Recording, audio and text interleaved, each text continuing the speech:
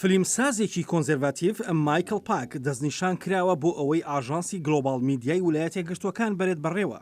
ڕۆژی پێنجشەممە مایکڵ پاک بە کۆمیتەی پەیوەندیەکانی دەرەوەی سیناتی وت ئەو زامنی سربەخۆیی کاری ڕۆژنامەگەری ئاژانسی میدیای جیهانی دەکات کە سەرپەرشتی ئاژانسی دەنگی ئەمریکاش دەکات. ئەگەر ئەنجومەنی پیران دەنگی پێبدەن ئەوە ئەو دەبێتە یەکەم کەس بکرێتە بەڕێوەبەری جێبەجێکاری ئەو دەستگایە کە لەلایەن بەڕێوەبەرایەتەکەی داناڵد ترامپەوە دەستنیشان کرابێت.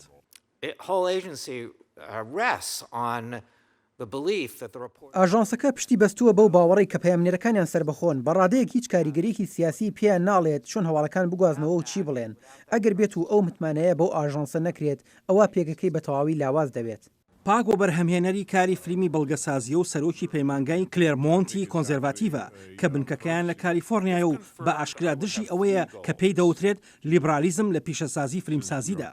لە ڕێی بودجەیەکی 628 ملیۆن دۆلاریەوە ئاژانسی گلۆبال میدیای ویلایەتە یەکگرتووەکان Usagm تێکڕا سەرپەرشتی سەر لەبەری ڕێکخراوەکانی ئاژانسەکانی میدیای نێونەتەوەیی دەکات کە پێکەوە ڕووماڵی میدیایی 100 وڵاتی جیهان دەکەن بە پێی خەمڵاندنەکانیش لە هەموو جیهاندا 345 ملیۆن کەس گوێگر و بینەری ئەو ئاژانسن کە دەنگی ئەمریکاش دەگرێتەوە کە بە زیاتر لە 40 زمان بۆ تەواوی جیهان پەخش دەکات.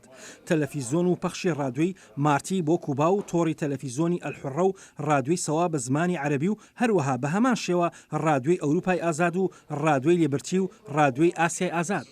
بەڵێننامەی دامەزراوەی دەنگی ئەمریکا لە ساڵی 1976دا واژۆ کراوە و بە پێی ئەم یاسایە تێکڕا سەرجەم دامەزراوەکانی پەخشی حکومی بە تەواوەتی دەبێت پابند بن بە بنەما بنچینیەکانی ڕۆژنامەگەری کە دەڵێت هەڵگرانی پەیامی ئازادی ڕۆژنامەگەری زۆر گرنگە ببێتە سەرچاوەیەکی باوەڕپێکراوی هەواڵ بۆ گۆگران و بینەرانی کۆمەڵگەی جیهانی.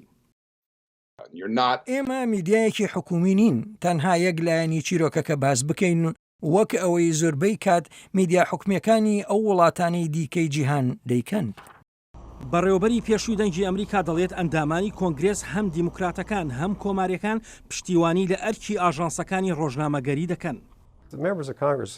هەمیشە ئەندامانی کۆنگرێس پشتیوانیان لە پەخشەکانی دەنگی ئەمریکا و دامەزراوەکانی دیکەدا کردووە. لەبەرەوەی ئەویان بەدی کردووە بەهای ئەوە دەزانن کە تاکە سەرچاوەیەکی میدیاییە کە خەڵک و گوێگران و بینەران لە تەواوی جیهاندا پشتی پێ ببەستن.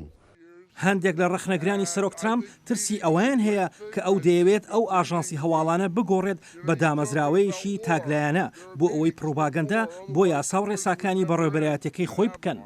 گەورە سیناتۆری دیموکراتەکان باب مندێز گومانی پەیوەندی دەکات بە ستێڤ بانن کە سەرپەرشتیاری استراتیژی کۆشکی سپی داناڵد ترامپ و سەرۆکی پێشووی کۆمپانیای برێدبارد نیوزە کە دامەزراوەیەکی نێوخۆیە و وای لێ دەڕوانرێت کە لە ئاستێکی بەرفراواندا پشتیوانی لە کەیسەنەتەوە خوازی و کۆنزێرواتیڤەکان بکات. هەردووکیان پێکەوە کاریان کردووە لە فلیمێکی دۆکۆمنتاریدا کە جەنگی عێراق و وزەی ئەتۆمی تاوتوێ دەکەن. منەندێز پرسیاری ئەوە دەکات ئایا پاک چۆن دەتوانێت پارێزگاری لە ئاژانسێکی ڕۆژنامەگەری بکات لە فشارە سیاسیەکاندا. ئایا تو دەتوانیت بڵێی نەخێر؟ لەو باوەڕدام و پێشتر ژووتومان نەخێر. ئەگەر نیگەرانەکانی ڕۆژنامەگەریش چارەسەرکران دەستنیشانکردنی پاکیش هەردووا دەکەوێت بەهۆی لێکۆڵینەوە لەباری کەسیەوە و هەروەها بەهۆی ئەو لیستە زۆرەی پاڵێوراوانیشەوە کە چاوەڕوانی دەنگدانی ئەنجومەنی پیران دەکەن.